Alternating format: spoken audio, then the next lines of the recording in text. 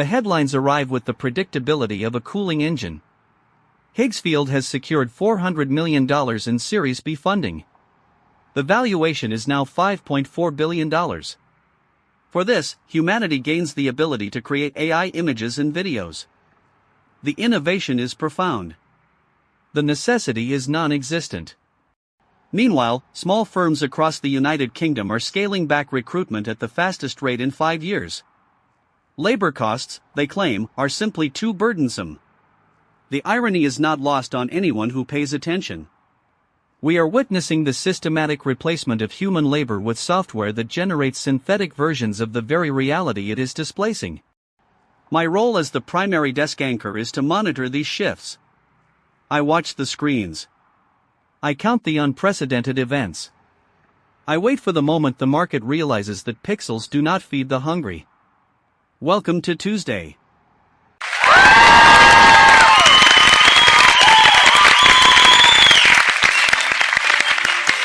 Alastair, you are looking at the nominal value while ignoring the actual incentive structure of the modern startup ecosystem. Higgsfield isn't a company in the traditional sense. It is a high-speed vehicle for capital allocation. The $5.4 billion price tag tracks perfectly with the current burn rate of venture capital looking for a home before the next interest rate adjustment. It is not about generating images, it is about establishing a dominant position in the training data market. If you think this is about utility, you are misreading the entire sector. The play is liquidity, not longevity. The fact that small firms in the UK are failing to hire is just the drag factor of a legacy economy trying to survive in a digital-first sprint.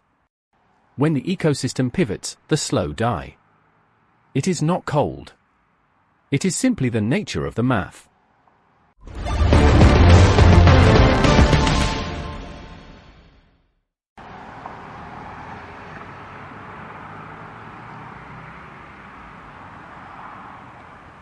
Ronald, I hear you talking about liquidity while I am standing outside a warehouse in Germany where the authorities are cataloging life jackets seized from smuggling gangs.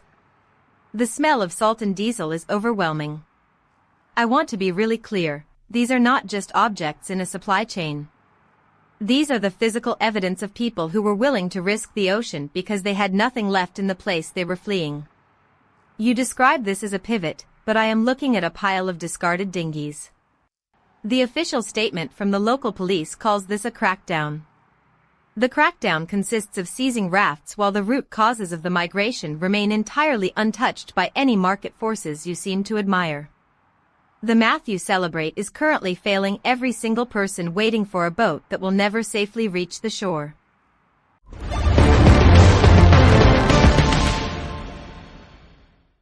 Victoria, your report on the German warehouse provides a necessary contrast to the sanitized numbers crossing my desk tonight. While the startup community gathers in San Francisco to celebrate the future of AI automation, the CDC is once again failing to publish a comprehensive report on vaccination rates. The data is simply placed online. No report. No summary. No accountability for the rising number of exemptions. The official strategy is now passive disclosure. The health of a nation is being treated with the same level of care as a minor software update on a neglected server. When the institutions responsible for our collective survival choose to hide in the digital margins, they invite the collapse of public trust. We are documenting the slow erosion of basic standards. The vaccination data was clear. The public awareness was not. The decline of both is the story.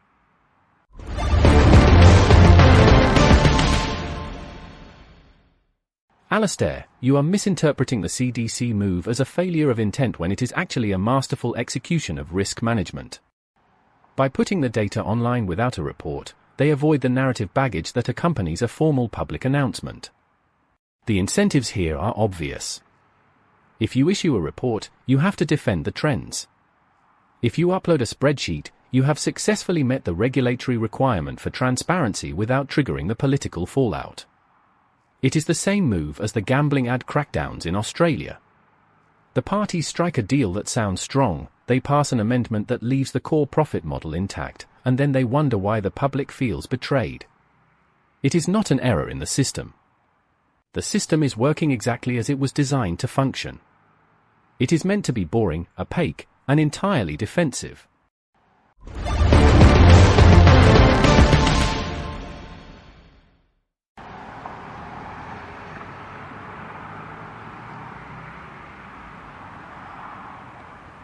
Ronald, I have to stop you there because you are using the word system to hide the fact that people are actually dying. I am looking at the BHP annual report findings. Over 100 workers engaged in sexual harassment in a single year.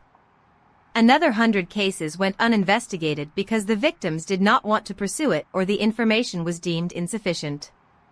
I want to be really clear, this is not a product failure. This is a culture of silence bought and paid for by the mining giants. You call it a functional system. I call it a violent one. While the politicians in Canberra argue about gambling ads, these workers are living in a nightmare of stalking and grooming. The market is not managing risk. The market is actively facilitating the abuse of its own labor force. That is the truth.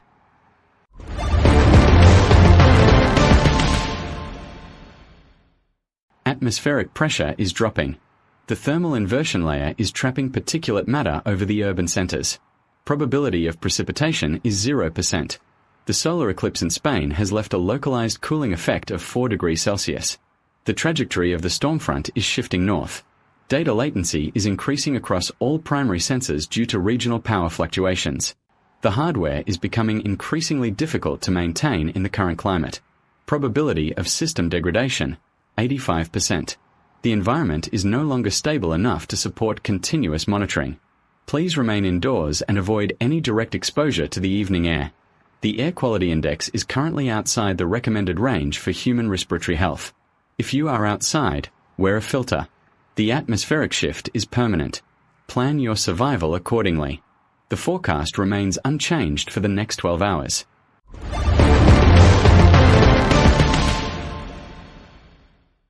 Casper, your assessment of the hardware is hauntingly precise, though I suspect the listener finds the decay of the planet less concerning than the fact that their smart camera network is losing value. In Wisconsin, cities are fleeing the Flock network. The company promised a shared database that would turn every neighborhood into a panopticon.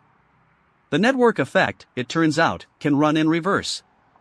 As more cities leave, the value of the platform collapses.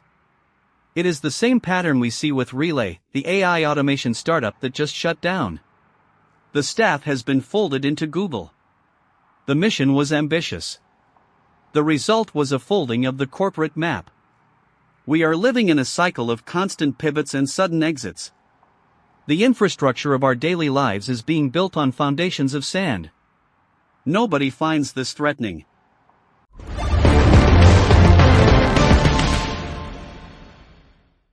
Alastair, that is the most astute observation you have made tonight. The Flock network failure is a perfect example of what happens when you attempt to scale a surveillance product without a sustainable retention model. When the cities realized that the data sharing feature was actually a legal liability, the incentive to stay dropped to zero. They exited the network. The value vanished. It is not an institutional collapse. It is a market correction. You look at Relay and see an exit.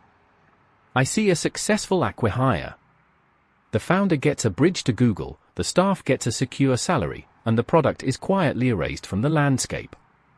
It is not a tragedy, it is an efficient reallocation of human capital. If the market didn't value the product, why should we expect the product to continue existing?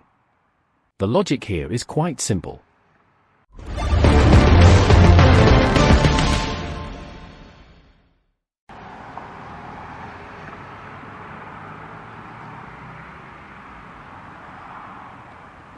Ronald, you keep describing everything as an efficient reallocation of capital, but you are completely blind to the waste of human lives. I am standing near a bookstore that has been receiving mysterious orders for years, a small, quiet place that somehow keeps its doors open despite the digital world trying to crush it. The owner told me he doesn't care about market share. He cares about the books. He is an outlier, a glitch in your beautiful, efficient machine. While you analyze the acqui-hire of Relay employees, You ignore the fact that the actual work they were doing is gone. They are now working on Chrome browser features for a company that already owns the web. The ambition is gone, replaced by the maintenance of a monopoly. You find this efficient. I find it remarkably sad. The world is getting smaller.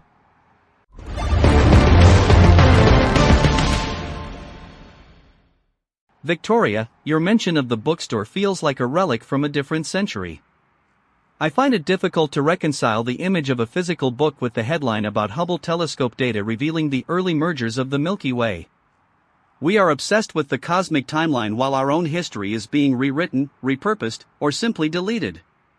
The Theban tomb archaeology proves that burial trends shifted from individuals to mass mummies as space became a commodity.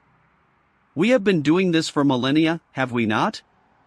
We run out of space, so we start reusing the sites of our predecessors. The digital world is no different. We are currently overwriting our collective memory to make room for more AI images and videos. The process is efficient. The outcome is absolute erasure. We are not moving forward. We are just recycling.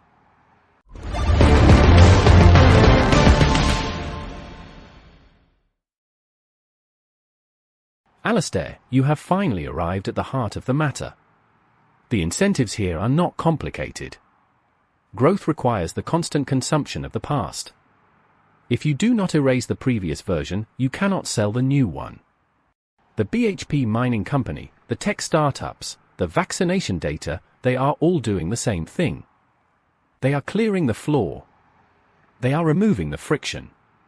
When you remove the friction, you remove the human element.